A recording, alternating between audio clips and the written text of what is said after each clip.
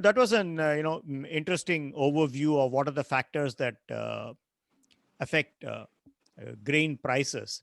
But in one of the U.S. reports, I read that in 2020, global wheat prices have also been sort of pulled. I am actually more or less quoting it, pulled higher in the towards the end, I suppose, of the year.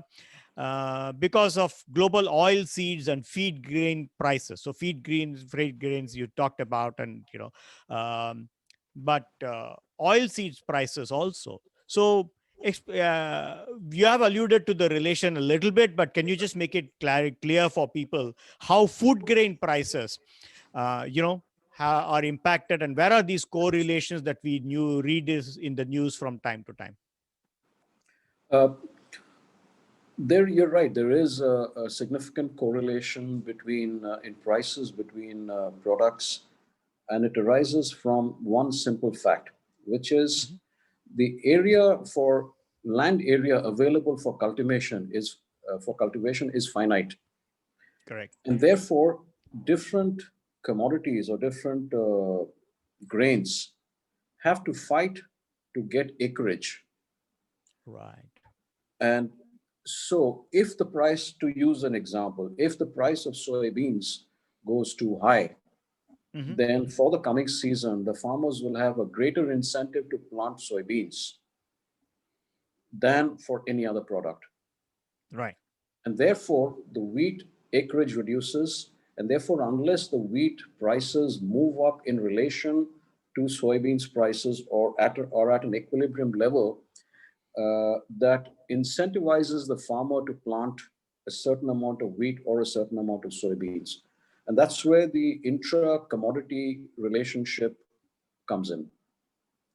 So if soybeans prices go up, corn is not going to be left behind and wheat is not going to be left behind.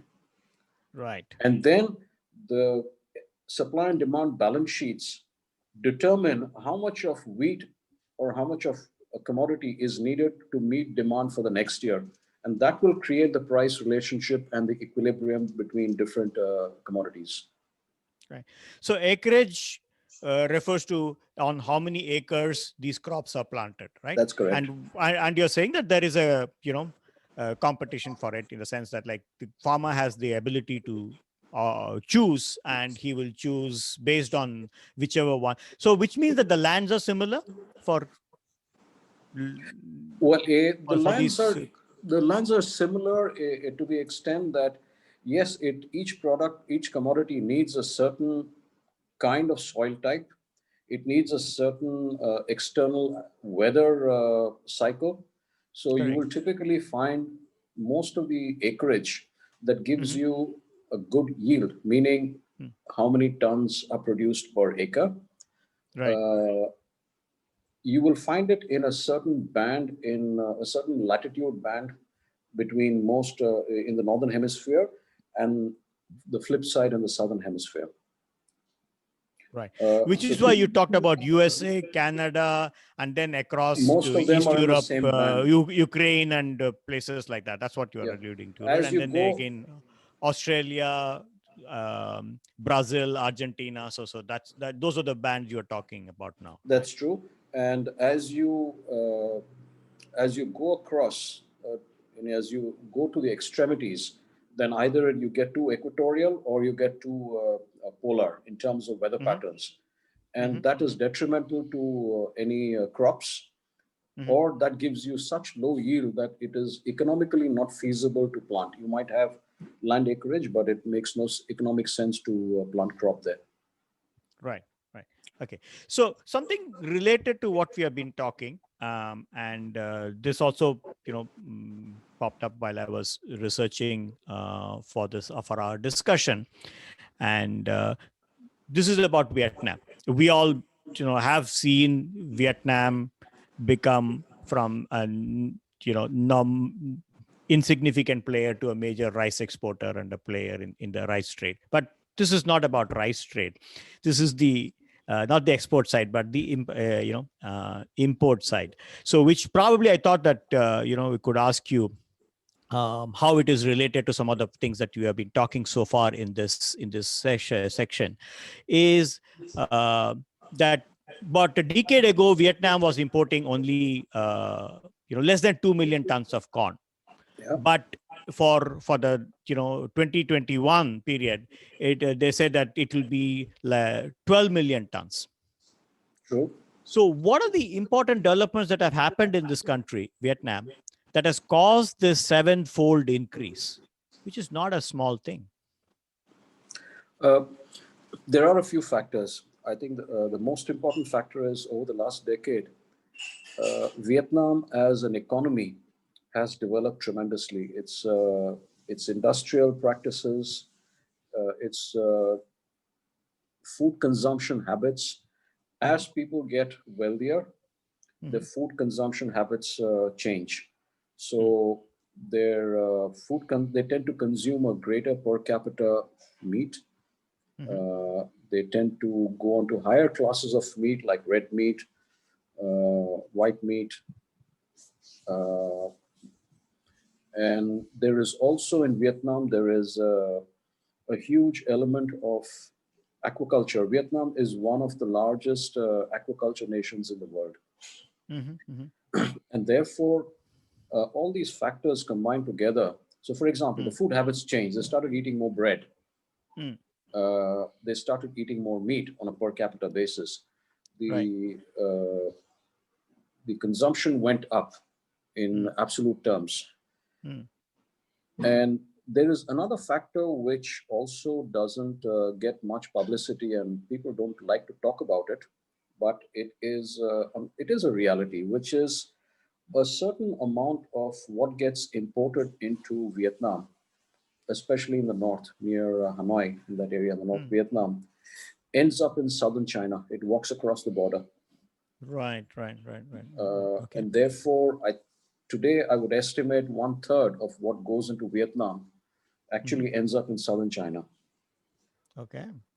So these are some of the factors. I think in general, the economy has been growing and food habits have been growing. People tend to eat better quality food, better protein sources, which Which means it more translates meat, in, which means more which feed means grains more, and corns, right? which means more imports of more requirement for corn. Right. Right. Right. Interesting. Interesting. Good. So um, let's move on to sort of things that you have seen over the years, and this we had a good introduction to what's the lay of the land, to say, so to say. But let's move on to discuss how in your own career and experience, how you've seen the industry change, right? So what are the major events that have happened in the in the history of grain business over the last few decades, right? um, Maybe the top five, whatever are important for people to know, right? I think the main there have been quite a few changes really, and I think changes that have kept us in pace with the requirements, with the demand requirements. I think the biggest one major change has been information transparency, Mm-hmm. but that has a bigger impact on price volatility rather than alter the structural nature of supply and demand. Right. Information Right. transparency has taken away the opportunity for what uh, we call as price arbitrage. Correct. So when in our you and I as traders in our earlier days of your career, price arbitrage could be essentially information arbitrage, right? That's You correct. now you're saying that over the period of time, with technology, with communication, That's that disappeared is completely. good. Then I think the other factor has been seed research. Mm-hmm. You had developments and seed research and agronomy practices that have made seeds less resistant to plant Mm-hmm. diseases, as well as improve yields. Mm. So while you have, the pace of growth of acreage is complemented by an improvement in yield. These two factors combined enables you to produce much more food for the rest of the world to keep in pace with the rising population. Uh, I think the other major development has been vertical integration. Trading, it's a very loose term in the sense that it's no longer about buying cheap and selling expensive. Today, trading is really about vertical integration and supply chain management. And then you as a company or as an individual or as an entrepreneur defining what your own strengths are, and there are specific niches that are available within the industry that you can be a part of and where you can add value. So the keywords are vertical integration, value addition, supply chain. These are the biggest changes that we've seen. We've also seen changes in storage practices, in storage systems, in bulk material handling systems that enables the participants to reduce losses through handling or through improper storage. We've seen major changes in management of growing cycles. For example, today there is extensive use of GPS data to map crops, the size of crops, so you get enough of a head start to make corrective changes. And I think through GPS data, even through satellite feed data, these are developments, we will talk about it as we go down, but these are big changes. Interesting set of changes. So what you have, if I were to put them in major buckets, so what you're saying is there have been significant changes on the production side. Yeah. Right? Growing from all the way from the seeds, agricultural practices, which is the production side, processing side has changed, and on the supply chain configurations, you're talking about the storage and transportation. But not only these, what you're saying is that precision agriculture is also an important technological advancement which is making an impact. Right? That's true. So you alluded to using GPS data to plant seeds. So I guess this is one of the examples that I read in this area, and correct me if I'm wrong, is that in US, some of those giant farm equipments can plant a seed now in a particular place and store that data, and 6 months later when they plant it again, they can be like whatever 6 centimeter off or whatever, like that, or even shorter. I probably those numbers would have changed. That close they can be precise, right? So is that kind of a thing that you're talking about here? To a certain extent, yes, but it starts from one stage backwards. And I will risk getting into a slightly technical part because that's the only way to explain it. No, this is technological advancement. So I think, listeners will benefit from some technical, discussion here. Yeah. So for example, for instance, via GPS data and satellite feed, even before the crop is planted, one can assess in a certain part of a country as to what the subsoil moistures are, moisture content in the soil. And therefore, would you plant, those decisions, would you plant in that area or would you not plant in that area? And then you have sophisticated algorithmic models that take that data, analyze the data, and draw conclusions as to what your potential yields can be with that specific input, and the impact on production, impact on prices. So it starts from that stage onwards, and that just gives you, it's a hint of the level of precision and sophistication that the industry has moved to and will continue to move forward. And you're right, in terms of these farm equipment that actually plant the saplings, that's more relevant for rice, but for beans and for soybeans and for corn products, you just leave a certain residue from the previous crop. So it's not as if there's a fresh planting. But it just tells you that the technological advancements are coming at such a rapid pace, and they're getting so precision oriented that you can probably define today in a particular field which part of the field has what kind of yield and what kind of quality of the commodity that is growing there. It's Wow. grown to that So within sophisticated level. within a field, so even a particular landowner's property can be Yes, analyzed. you can assess that the western part is in much better shape than the eastern part.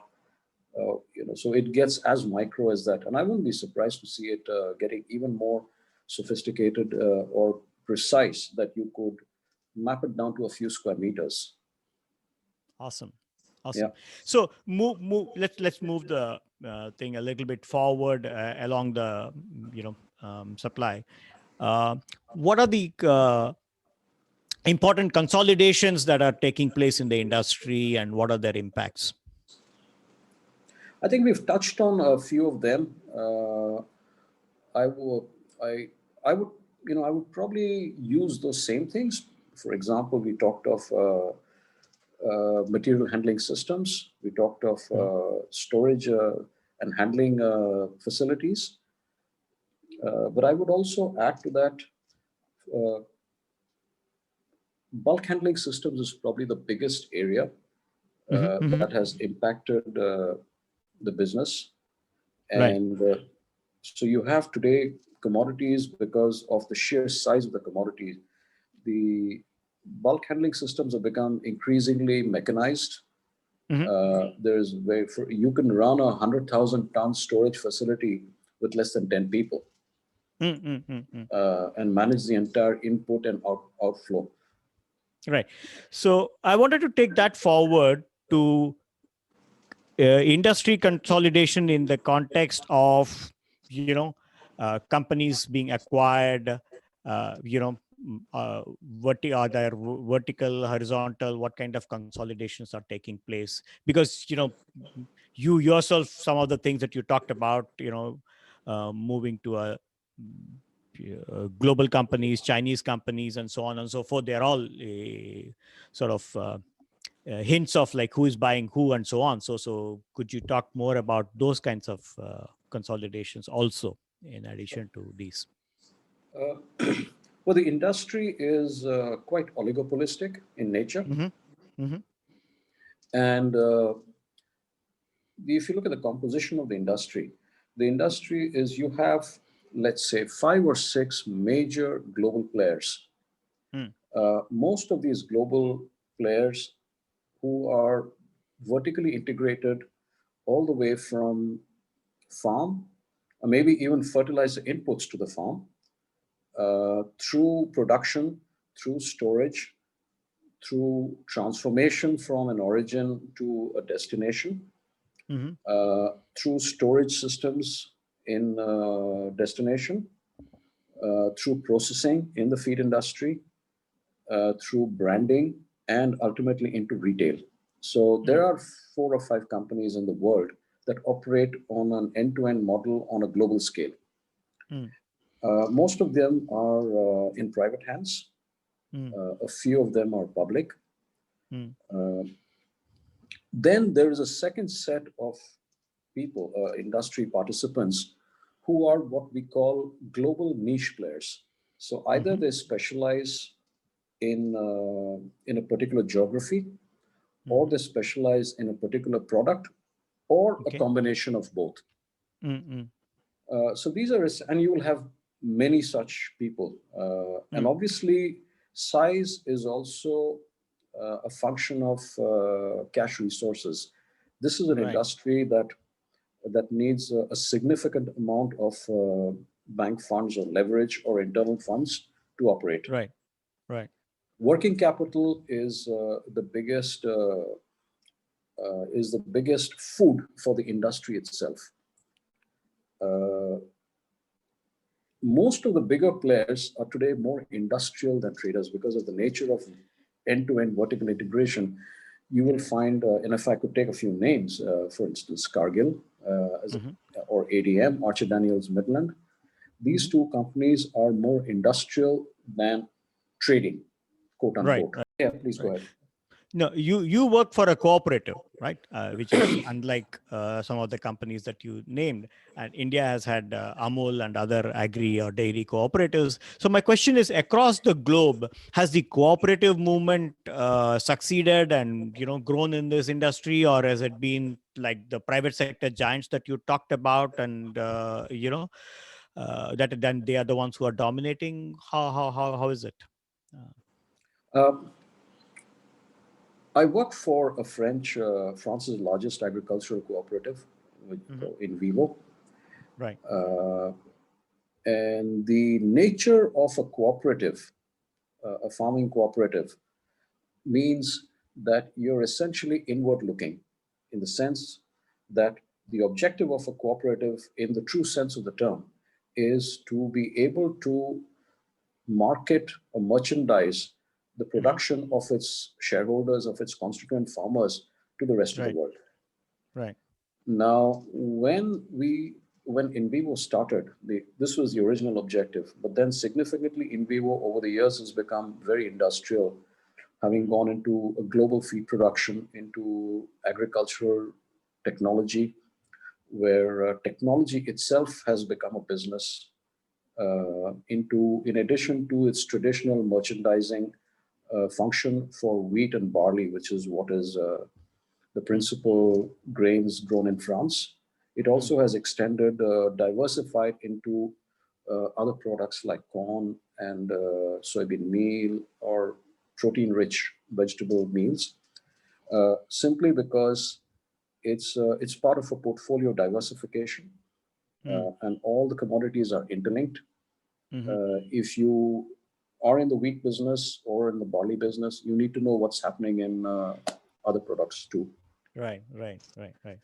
So for And the reasons in we discussed before, yeah. yes, we haven't seen very many co-ops uh, being in the trade as Invivo is Right. beyond Okay. its own countries. So you have cooperatives that are very country specific. For example, you have one in Argentina who has the same function of marketing the produce of its shareholders and constituents.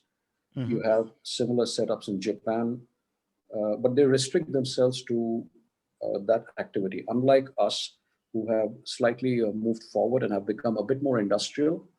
Hmm. Uh, so today we are in, as an example, the company Invivo as a group is much more industrial than trading oriented, without forgetting its core function Hmm. of why it was brought into existence.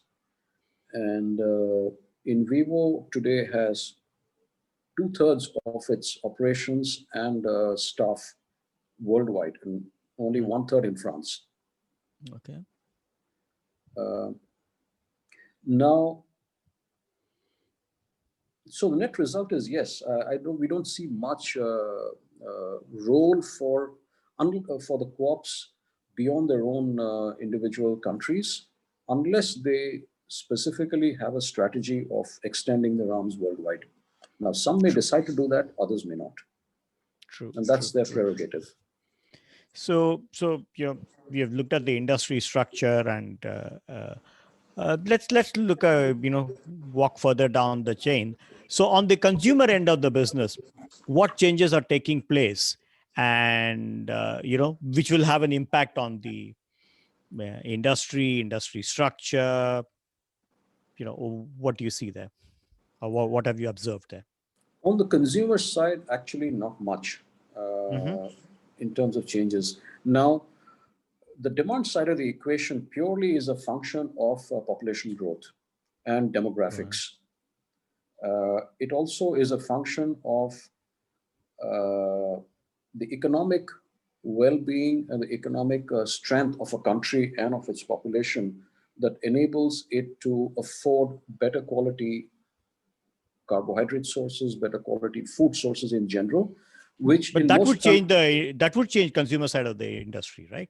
for sure. And we have The that's last that part, is the that's what economic. we have, that's what we have seen over the last 10 years. And we discussed briefly about Vietnam, Right. how that change is translated into a change in import profile. And there are many other Similar story in examples. China also, right? Similar story in China before. Well, China is slightly different.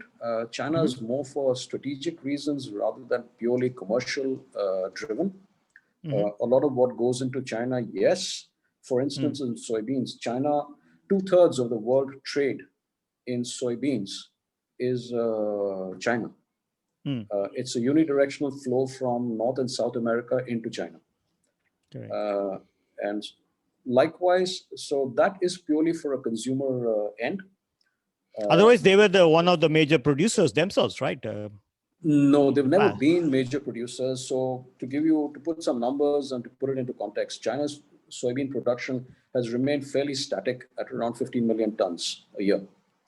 Whereas its imports have grown from when I started in the business from about 7-8 million tons a year to almost 100 million tons a year today. Whereas it's different on the corn, on the maize, where China is a big producer, major producer, about 175 million tons of production, but also because of its population needs and recycling of strategic reserves, China, we expect them to become a structural importer. Now, when China comes in to import corn or import anything, it changes the whole dynamics of the equation because of its scale. Correct. And 2020, season 1920 is the first year that we've seen China buy maize, corn in a big way. And that is a part of replenishing stocks at a strategic level. So when China comes in, there's a bit of commercial, purely supply and demand driven angle, as well as a need for securing strategic storage. And I think that's one of the reasons we discussed this earlier in terms of industry changes, why China as a country decided to acquire two big companies in the industry, because it's a question of food security. It's a question of securing sources of food. When you grow to a certain size, then size itself becomes a limiting factor. It becomes a constraint. It's no longer an advantage. So it's like it plateaus off, and at a certain point,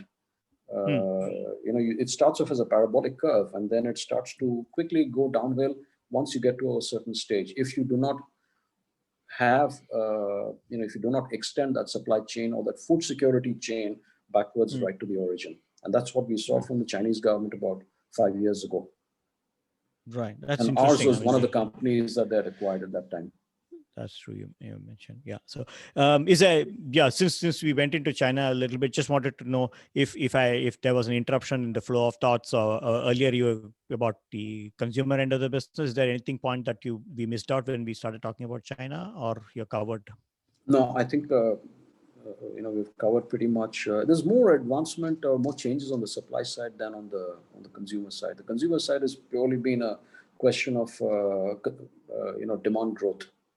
And demographics. So, are companies moving to produce other, manufactured agri-based end products because there are more consumptions from the Chinese, more consumptions from Vietnamese, and so on? That's what I was asking. So, but it's all these companies are becoming industrial. So, are they doing things further down the chain? That was my question. You can become as industrial as you want, as your finances would permit you to be.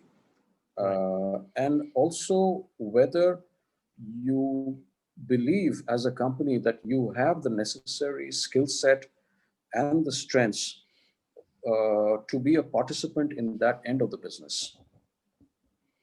And so some companies have processed, branded, gone into consumer marketing and so on, right?